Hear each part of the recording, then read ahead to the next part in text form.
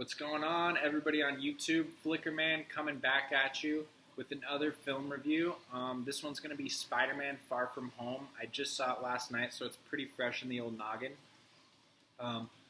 There's a lot to unpack here. Let's just get right into it. I'm going to do non-spoilers first, and then after that, I'm going to give fair warning and then do spoilers. So, what were my thoughts and expectations heading into this film? They were pretty grand because I know Mysterio was supposed to be at the beginning for all of you that haven't seen the leaked Spider-Man 4 Sam Raimi storyboards. Mysterio was supposed to be at the very beginning, portrayed by none other than Bruce Campbell. So I was pretty, he's always been one of my favorite villains ever since the comic books came out. He's, if I'm correct, one of the oldest Spider-Man villains and Marvel villains. But yeah, it's just an all-around great character. I think Jake Gyllenhaal's a great actor. I enjoyed Spider-Man Homecoming, so I was excited to see what this one brought to the table. Also, I had a lot of great expectations for another great Spider-Man movie this year because last year's Into the Spider-Verse was absolutely amazing. Or was it earlier this year? I forget. I can't remember. But it was definitely recent, and it's still fresh in my mind. Also, because it just came out to Netflix the other day. So I rewatched that, and man, that's an excellent watch. Spider-Man Into the Spider-Verse is definitely one of the best Spider-Man films or pieces of Spider-Man media I've seen, read, watched in probably a decade, since Spider-Man 2, as far as I can remember. So, let's get into this. Did I like it? Yes, I liked Spider-Man Far From Home. I probably liked it about as much as I liked Spider-Man Homecoming, which was I liked it. I thought it was good. It was a totally passable Spider-Man movie. I saw this one with my family. I was with my brother, who I enjoy seeing movies with, and I was with my dad, who actually I saw the first Spider-Man movie directed by Sam Raimi. That must have been, 2002, so almost 20 years ago now. Pretty crazy that we've been going to these things for that long. But yeah, and then I was also with my mom, who enjoys these. I also saw the first Spider-Man with her too. So we all have a little bit of sentiment with this character. At least I do. I've been watching this guy on the screen since I was a little kid, and definitely he's a character that I just enjoy when people get right. You know what I mean? I like when people get at least what I think the version of the character is. I like when they get that right. And I think Tom Holland does a great job as Peter Parker. I think he does a good job as Spider-Man too, and I've seen the behind-the-scenes stuff of him doing the backflips and stuff. It's the real deal. They use that practical stuff whenever they can, I believe. And I didn't see a lot of crazy CGI stuff when he's got the mask off. There's not that much crazy CGI stuff. There's one scene where it's a little bit distracting, but as far as practical effects, it was pretty good. There were definitely some scenes where it had that Black Panther syndrome, where it looked like you were just kind of looking at a video game cutscene. So the effects,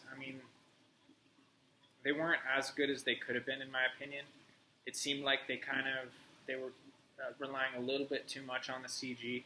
But at the same time, some of the fight scenes between him and Mysterio, where they're really getting into I don't want to reveal too much before my spoilers, but, as you guys know, Mysterio is like a hypnotizing kind of villain. So some of his fight scenes, he's going to be putting other characters in like a different kind of world and changing their reality up. So if you guys didn't know, he was originally like a visual effects artist, and they changed it up just a little bit for this film.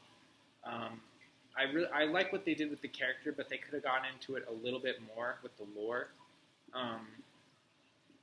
Let's see. I liked the character of Ned once again. The biggest letdown for me, personally, comedic relief-wise, was the loss of Hannibal Buress. What happened to Hannibal? He was, without a doubt, the biggest comedy relief of Spider-Man Homecoming. When he was introducing the Captain America video and a few other scenes with Hannibal in the first one, man, those were hilarious, and those were some of the standout scenes I remember. So I'm not quite sure. They relied more on the teacher, and there's another teacher. He's like a chaperone this time when they're in Europe on the vacation.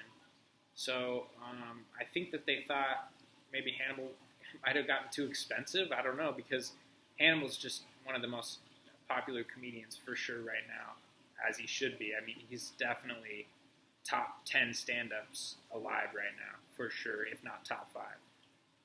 But yeah, I'm wondering what that was about, because I know Marvel has the money to get him. I'm wondering if it was a scheduling issue.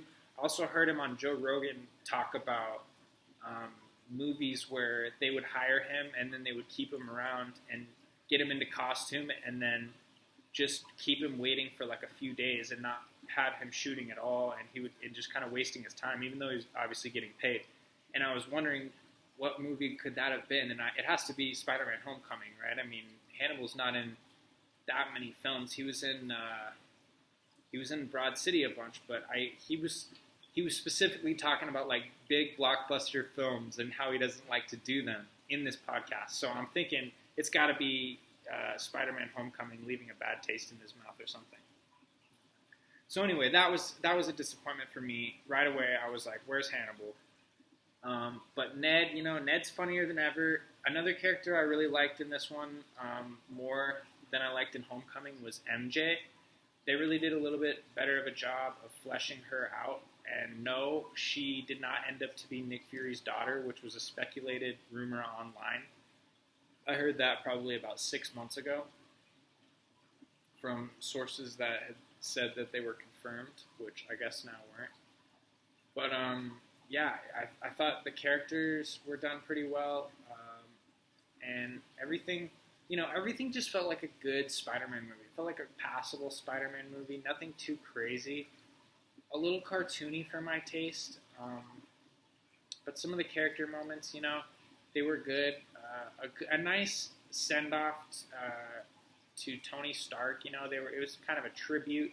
They referenced him multiple times, and I thought, it was pretty nice that way, especially since Peter, he's so entwined into Peter's story, especially in, just in the MCU, but, yeah, I mean, he's probably the biggest character in Iron Man's life, or was.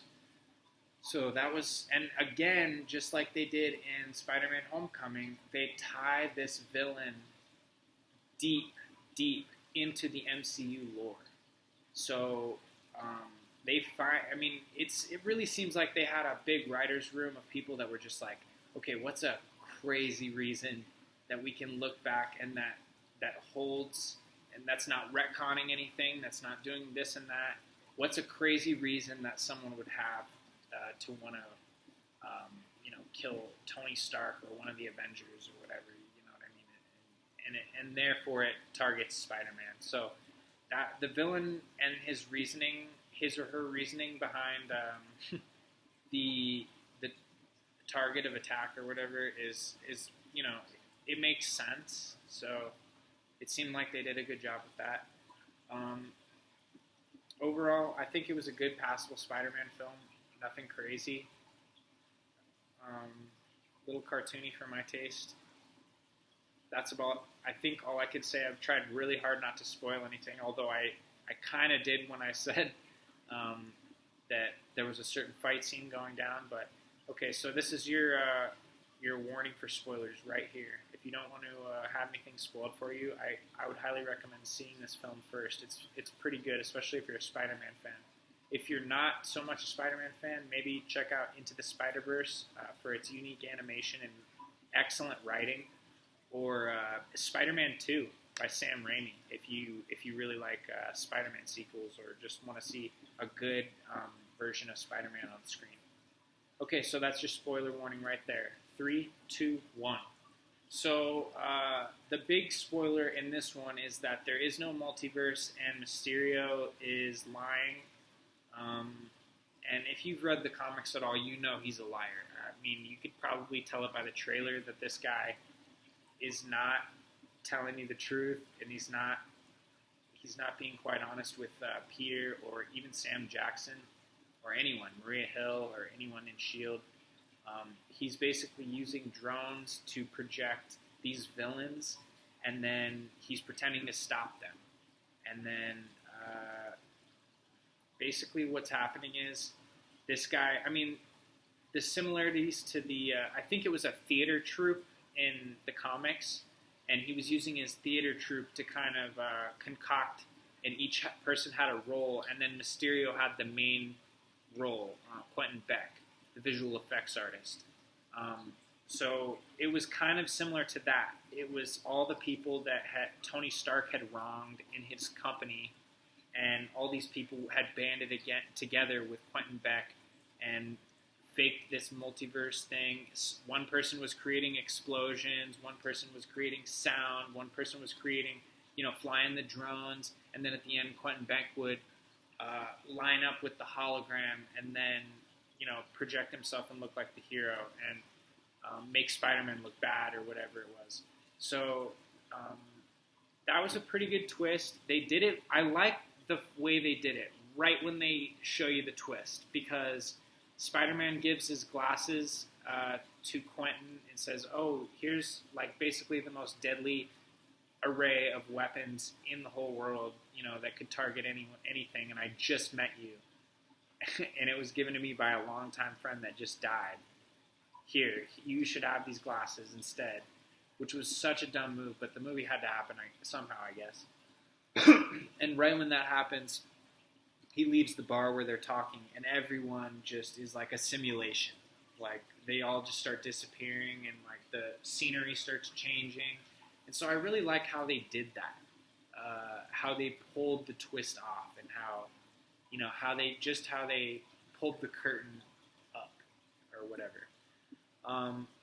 I didn't really like how they continued that twist, because Quentin's kind of just a basic villain after that. They didn't really flesh him out much after that. He's just the evil guy that Tony Stark, didn't continue to fund his technology or something like that, and he called it some barf or some degrading name that he didn't like. So basically, it was kind of a dumb reason for him having, and he was going to have so many people that he killed just to look like the hero. So I basically think that could have been way more of a fleshed out villain, especially if they had taken 2 movies and just said, hey, we're going to develop, maybe end it and make him look like the good guy. And then the next movie, you reveal that he's bad or something. I mean, we all know these Marvel movies take their time. They took their sweet time setting up the Avengers. They took their sweet time setting up Endgame. I mean, and Thanos, they set him up over like 5 movies. I mean, you don't even have to set Mysterio. You could have just had Mysterio be in the background of the beginning of Far From Home or something. You know what I mean? And just be this new hero that was kind of like a Batman vigilante kind of character, doing small stuff. So that's my opinion on that. I think they could have fleshed him out a little more, maybe over a few movies. But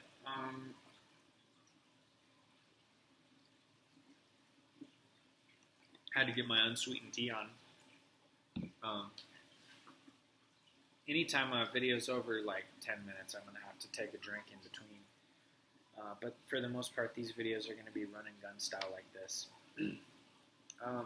Basically, yeah, one scene that reminds me of just how kind of average this film is there's a scene that I'm sure looked so good on the storyboard, where Mysterio's creating these holograms and he's creating these alternate realities for Peter when he's fighting Peter.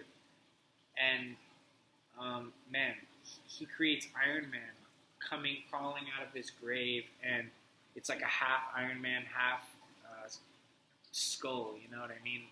And there's bugs coming out of his skull.